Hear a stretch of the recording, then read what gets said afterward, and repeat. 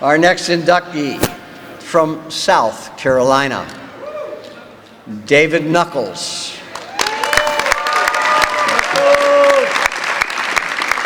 He has one of the most stellar competitive careers in East Coast history. And we're going to go kind of along the coast here tonight, but we kind of divide up the East Coast by states, and we have certain representatives of each state who have been outstanding. Wes Lane from Virginia Beach representing Virginia, Dean Randazzo from New Jersey. I mean, these guys were stellar. From South Carolina, we want to recognize that David Knuckles has the most stellar contest career up until modern times. We got Cam out there, Cam Richards doing a great job on the pro side. But let's hear it for David Knuckles and what he accomplished. David first started surfing at 9 years old because he got bored with riding on rafts. And he ended up with an old barge, as he put it, that his sisters had to help him carry it to drag it down onto the beach so he could learn how to surf. Dedicated sisters. Saved up his money. He broke the law. He was literally a criminal there in South Carolina, selling sand dollars on the beach. Yeah, what a criminal. Saved up $165 and bought his first store-bought surfboard, which was a Tom Overland Blue Meanie twin fin, purchased from the Village Surf Shop. He paid $165 in illegally earned cash.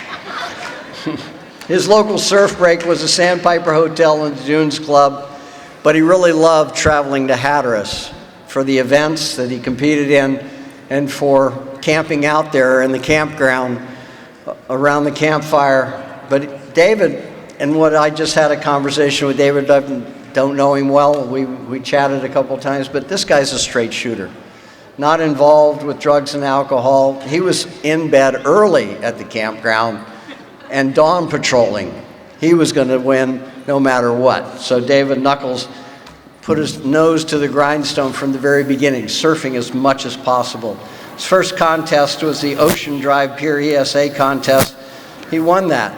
But the thing is, his mom supported him 110%. How's that? How many parents are out there really pushing for surfing?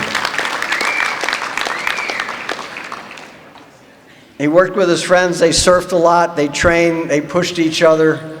But something happened when he went to Hawaii. He got to live in Hawaii at Haleiwa. But he was surfing the South Shore one day out at Threes, and right in front of him, Larry Burlman does a carving 360. David Knuckles said, I want to do that. And living in Haleiwa and surfing with the famous Marvin Foster, he dedicated himself to learning the carving 360. And that is so much more difficult than a hand-drag fin-release slide tail 360. And that's what most people were doing. But David Knuckles from South Carolina decided he'd do a carving 360. And when he did it in a competition, he won. And they said, this is the move of the future. David Knuckles worked hard, dedicated. And he was known for riding a David Nuuhiwa fish as he was progressing and growing. And lo and behold, he beat him one year in a competition.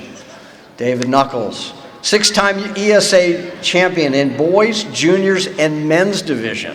He was also the U.S. champion in 1979 in juniors, and also represented the U.S. and the world contest team in South Africa in '78, helping the U.S. to a second place finish. He was winner, the first East Coast surfer, maybe the only, if I'm not sure, of the Nancy Caton Award in 1980. He turned pro that year.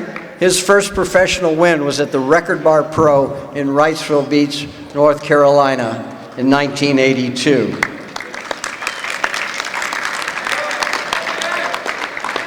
David, he gives back. He's coaching. He's done coaching and work with several of the surfers up and coming.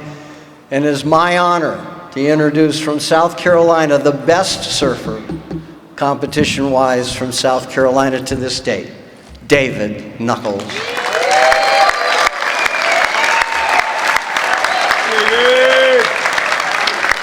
Thank you, thank you. Very kind words. Look, I'm going to make this short. I just have a couple of bullet points I want to touch on. And I want to thank the people that really helped me get here today.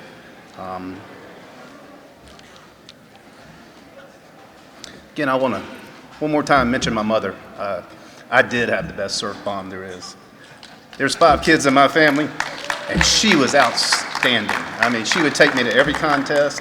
It's just, we've got some great surf moms back where I live, but this lady was phenomenal. All right, Mom. Yep.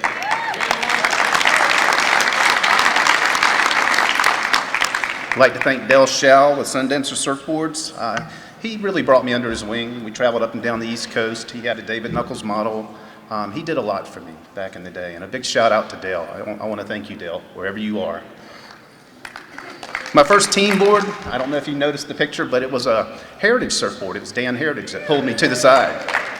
And it meant a lot. That was my first team board. And when you're asked to be on a team at a young age, I told Brian I was going to mention that tonight because it's important.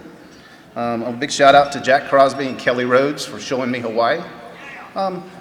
You know, when you're young, you've got to have somebody take you under your wing, especially on the North Shore. That's a big arena out there. And I was back in the days when PT and literally Rabbit was living under the bridge, honestly. Those were the days I was there, so I got to see it firsthand. Big shout out to Betty Marsh, huge inspiration to me.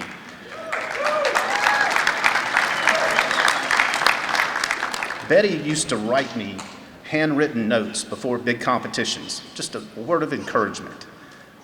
She was always there for me on the beach.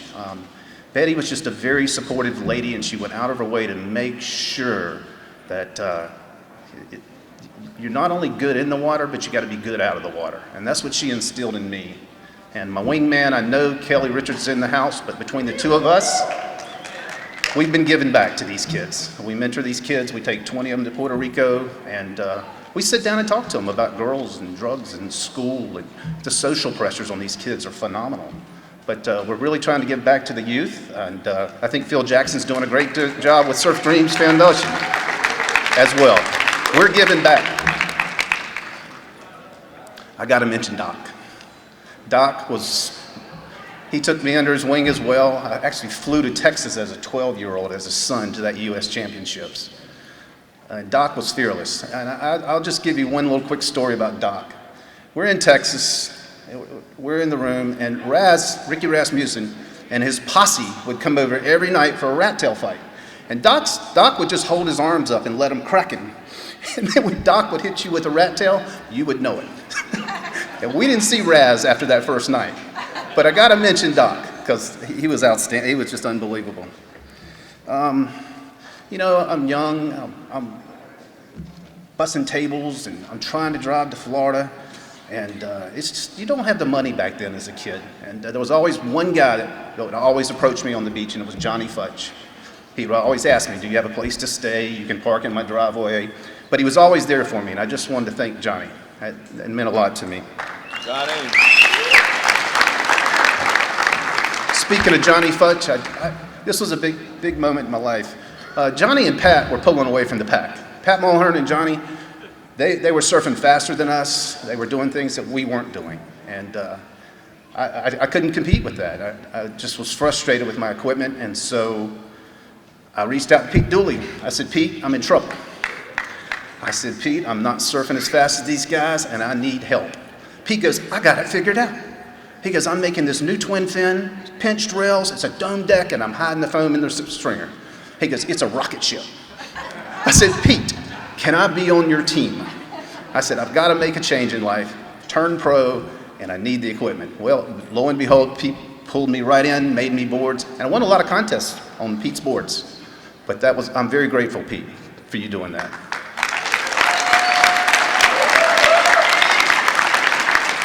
It was a game changer in my life.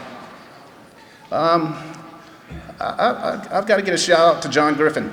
There's a lot of those contests that I traveled to. I just didn't have the entry fee. I didn't. And I would call John, he'd always answer his phone, and what he said was, David, just get here. And it was never an issue on the beach or whatever, but John carried me on a lot of contests, and I just want to thank him.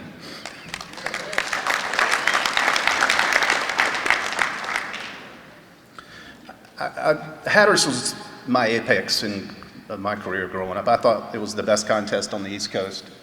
I think Hatteras set the bar back in the day. When you, in '74, if you were there seeing Greg Lewis surfing 12 o'clock on 6 to 8 foot waves, we've never seen somebody taking it straight up. I mean, I was blown away. That level of surfing kind of set the bar with all of us in the years to follow. But when Lewis Graves showed up with that Ocean Avenue team and those team jackets, we knew something was up. And if you see a guy wearing a team jacket around Hatteras, you know he can surf. And that's how, I mean, we learned about Lewis Graves. I mean, we learned about Jackie Grayson real quick. We didn't know who Jackie Grayson was. Got ripped. My last shout out, I wouldn't be standing up here at the Hall of Fame if it wasn't for my close friends. Actually, Matt Keckley and I were just talking about it. Matt brought up the point of exactly what I'm going to reiterate. There was a group of guys in Myrtle Beach, and we did push each other, and we fed off each other. And for some reason, we just kept doing it. And those guys are Billy and Tommy Rainwater, Wade Smith, Robert Hurt, John Bailey, Steve Bailey, Dezo, definitely Ted Watts, Timmy Holt, Danny West, and Mark Allison. Mark Allison has been there the whole time for us.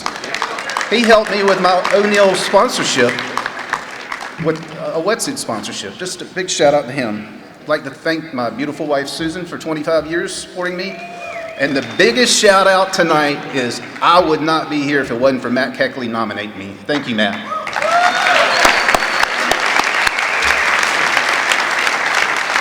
I'm going to put the gimme first. All right? Where do I go? Right here, you good.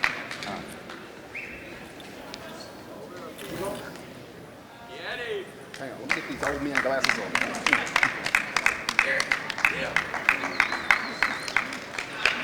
Yeah, David Metcalf.